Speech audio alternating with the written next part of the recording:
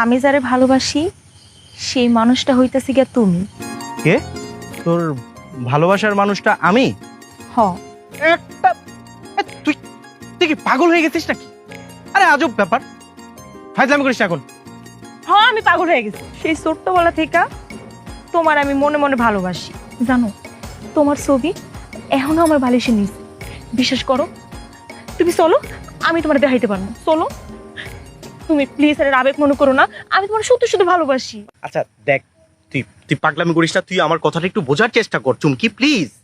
তোর তো বিয়ে ঠিক হয়ে গেছে, পাগলামি করিস না। আমি এত কিছু বুঝি না, আমি বিয়া করলে আমি তোমারই বিয়া করবো।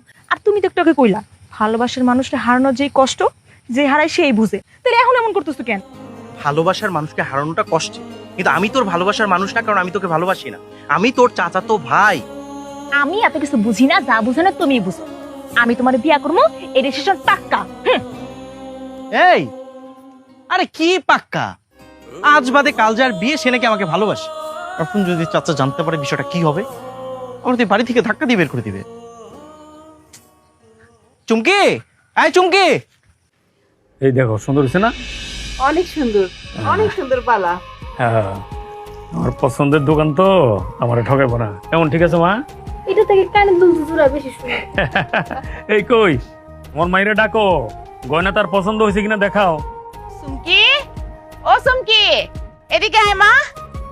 এদিকে আয়, তাড়াতাড়ি আয়। কই আসলি? দেখ তো গয়নাগুলো পছন্দ হয় নাকি? দেখ তোর বাপে কি সুন্দর বালা আনছে তোর লাগা। দেখ তোর বাপে কত সুন্দর গয়না কিনছে।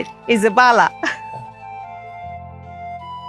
এই যে নোমান, এদিকে আসো বাবা।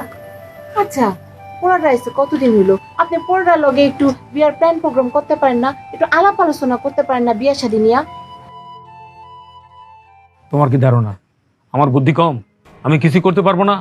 শুনে একটা কথা কই, আমার কারো কোনো সহযোগিতার দরকার নাই, আমি একাই সব পারবো। আচ্ছা সুমকির বাপ, আপনার কি হয়েছে কোন তো?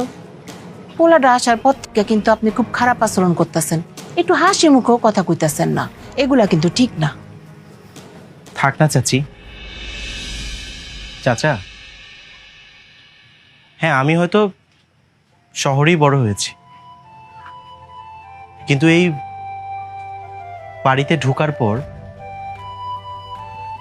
এই বাড়ির গাছপালা, রাস্তাঘাট, এমনকি তোমরাও সবাই যেন আমার কাছে কেমন আপন হয়ে গেছো। ছোটবেলার স্মৃতিগুলো মনে পড়ে যাচ্ছে। মায়ের মুখে শুনেছি